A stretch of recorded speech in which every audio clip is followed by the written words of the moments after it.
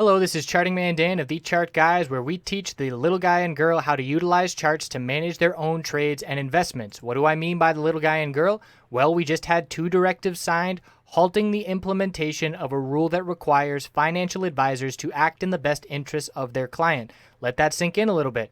The big wigs on Wall Street can play with your retirement and hard-earned money without your best interests at heart. We currently have hundreds of members taking charge of their financial future, and we would love for you to come check out a free week with no credit card required to see if our services would be beneficial on your path to financial independence as well. What we offer, we have a separate course of over 5 hours in length on when to enter and exit positions. And in terms of what we do daily, we have nightly videos, key levels updated each morning before the bell, 2.5 hours of live daily webcam coverage in the morning and in the afternoon, and over 7 hours of educational videos. All of these links can be found in the description of this video. Come check us out. Thanks for watching. Let's get on to the technical analysis. Hey guys, it's James with the Chart Guys.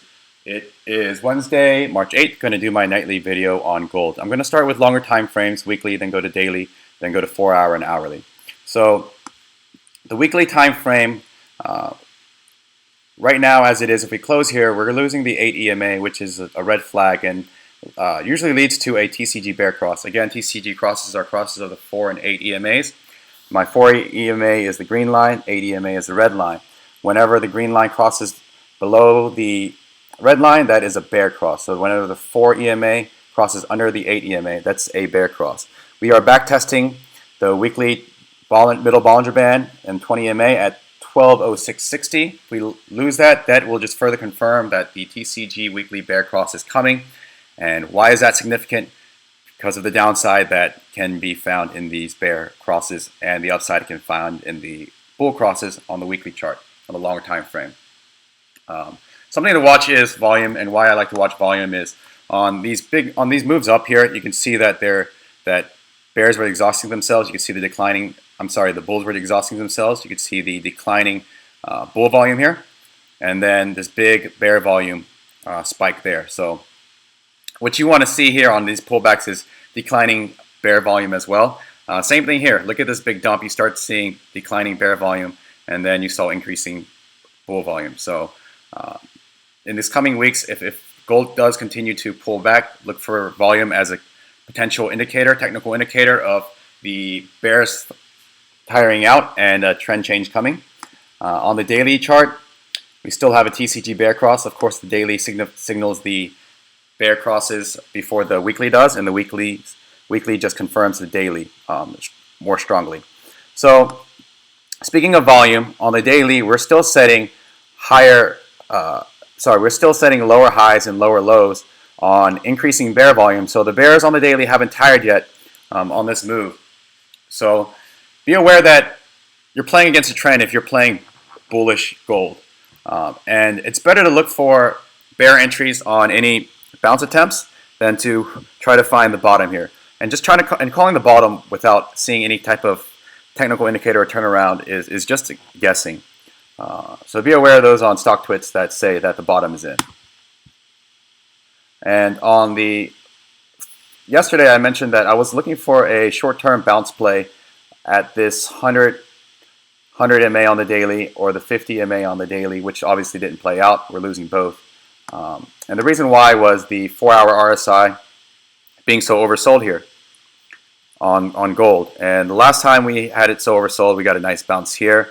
And previously, before that, we had at least somewhat of an oversold bounce here on the 4 hour chart to play. So still scouting for a 4 hour oversold RSI bounce. What we don't want to see happen is the 4 hour just consolidate sideways or a little up like this and further dump, because all that's doing is cooling off the RSI for further downside. And what I'd like to see on the 4 hour chart for stronger confirmation would be to regain this 8 EMA here, and then to test this 20 EMA. That'd be really good to get a TCG bull cross on the 4 hour and get above the 4 hour 20 EMA. That could signal a potential swing trade entry. On the hourly, same thing.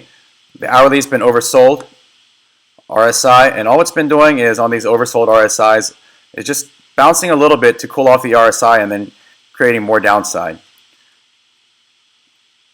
Boom.